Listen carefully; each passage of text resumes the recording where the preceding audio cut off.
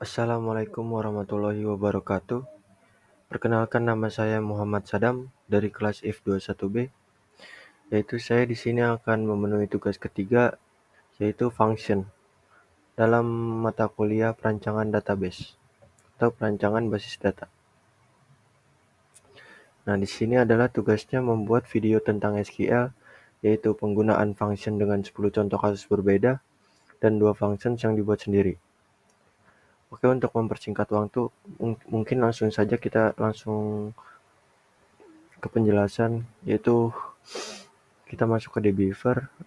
Di sini saya sudah mempunyai contoh kasus yang pertama, yaitu menggunakan count, di mana count ini untuk menggunakan fungsi agregat count untuk menghitung jumlah pelanggan atau customers.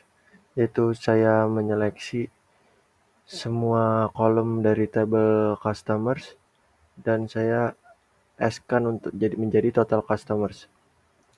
Maka akan coba saya running. Nah, di sini muncul dengan total customersnya yaitu 2. Jadi terdapat 2 customers. Lalu di contoh kasus kedua, yaitu menggunakan sum untuk menghitung total harga semua produk. Seperti tadi saya menyeleksi kolom price dari tabel produk dan saya membuatkan as total price dan menghitung dengan menggunakan sum. Maka akan coba saya running dan total price-nya muncul dengan value sekian. Jadi mungkin di total semua price ini adalah sekian value-nya. Maka di contoh kasus ketiga, yaitu menggunakan fungsi agregat average untuk menghitung rata-rata gaji karyawan. Di sini saya menyeleksi kolom salary dari tabel employees, di mana jika kita running akan muncul hasil seperti ini. Nah, ini adalah value dari rata-rata gaji karyawan. Lalu di contoh kasus keempat, saya menggunakan fungsi agregat min untuk mencari produk dengan harga terendah, yaitu dengan select table price berdasarkan table produk dan as lowest price. Maka akan coba saya running. Nah, muncul dengan value terendahnya berdasarkan kolom price. Di sini muncul value 8 juta. Maka akan coba di contoh kasus kelima, yaitu menggunakan max. Maka max sebaliknya adalah untuk mencari produk dengan harga tertinggi. Maka akan coba saya running. Nah, di sini muncul dengan produk harga tertingginya yaitu 15 juta. Lalu lanjut di contoh kasus ke-6. Di mana di contoh kasus ke-6 ini adalah untuk menggabungkan nama pelanggan menggunakan fungsi concat. Yaitu pertama kita select concat berdasarkan kolom name dan email. Maka di sini saya akan mencoba untuk menggabungkan kolom name dengan kolom email as customer info dari tabel customers. Maka akan coba kita running. Nah, di sini telah tergabung ke dalam satu kolom, yaitu name dengan emailnya. Maka akan kita lanjut di contoh kasus ketujuh. Di contoh kasus ketujuh ini saya menggunakan fungsi upper untuk mengubah nama pelanggan menjadi huruf besar. Select upper name as uppercase name dari tabel customers. Maka akan coba kita running. Nah, berdasarkan tabel customers dan kolom name, maka si John Doe ini akan menjadi huruf besar dan Jane Smith ini akan menjadi huruf besar juga.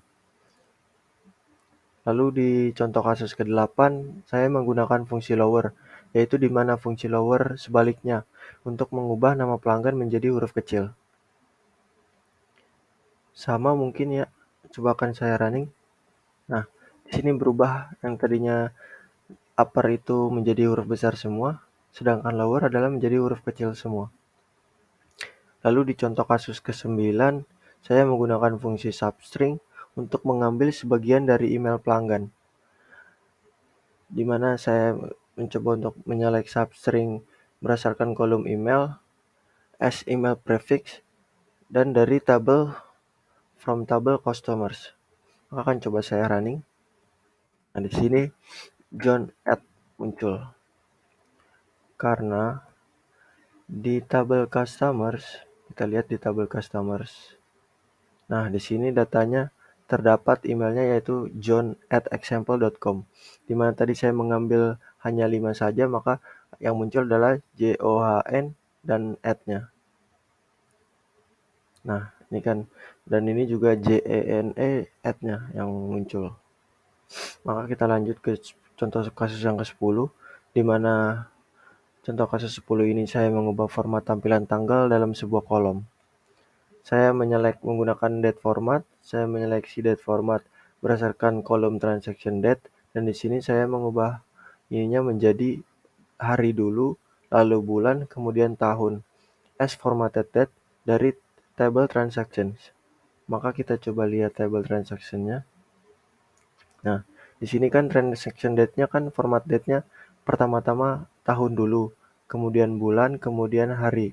Maka saya akan mencoba mengubahnya di sini menjadi hari dulu, kemudian bulan, lalu kemudian tahun. Maka akan coba kita running. Nah, di sini akan muncul dengan formatted date, yaitu menampilkan hari terlebih dahulu, kemudian bulan, dan kemudian tahun. Lalu kita lanjut saja. Di sini saya sudah mempunyai dua fungsi yang dibuat sendiri, yaitu fungsi 1 untuk menghitung total harga transaksi berdasarkan ID pelanggan, di mana fungsi ini memiliki parameter customer ID yang digunakan untuk mencari total harga transaksi berdasarkan ID pelanggan. Fungsi ini akan menjumlahkan semua jumlah transaksi dari tabel transactions yang sesuai dengan customer ID, di mana saya di sini memberikan kondisi where customer ID sama dengan customer ID, dan mengembalikan total amount-nya. Ini akan coba saya running. Terdapat error function calculate transaction total already exists. Saya sudah merunning sebelumnya tadi, maka akan coba saya running saja yang ini. Nah, di sini muncul dengan kolom calculate transaction total, di mana total dari seluruh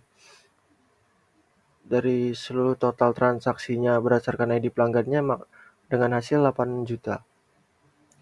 Maka akan saya lanjut dengan fungsi yang kedua. Saya sudah mempunyai fungsi yang kedua, yaitu menghitung rata-rata skor ujian akhir siswa. Di mana perbedaan fungsi kedua ini dari fungsi 1, di sini saya tidak memiliki parameter. Fungsi ini akan menghitung total skor ujian akhir dari semua siswa dalam tabel students, dan juga menghitung jumlah total siswa, dan kemudian mengembalikan rata-rata skor ujian akhir di sini. Maka akan coba saya running saja. Nah, di sini muncul kolom calculate average score, di mana dengan value-nya yaitu 80.5, di mana rata-rata skor ujian akhir siswanya adalah 80,5. Mungkin sekian penjelasan video SQL mengenai functions dari saya. Jika ada salah, mohon dimaafkan kurang lebihnya. Wassalamualaikum warahmatullahi wabarakatuh.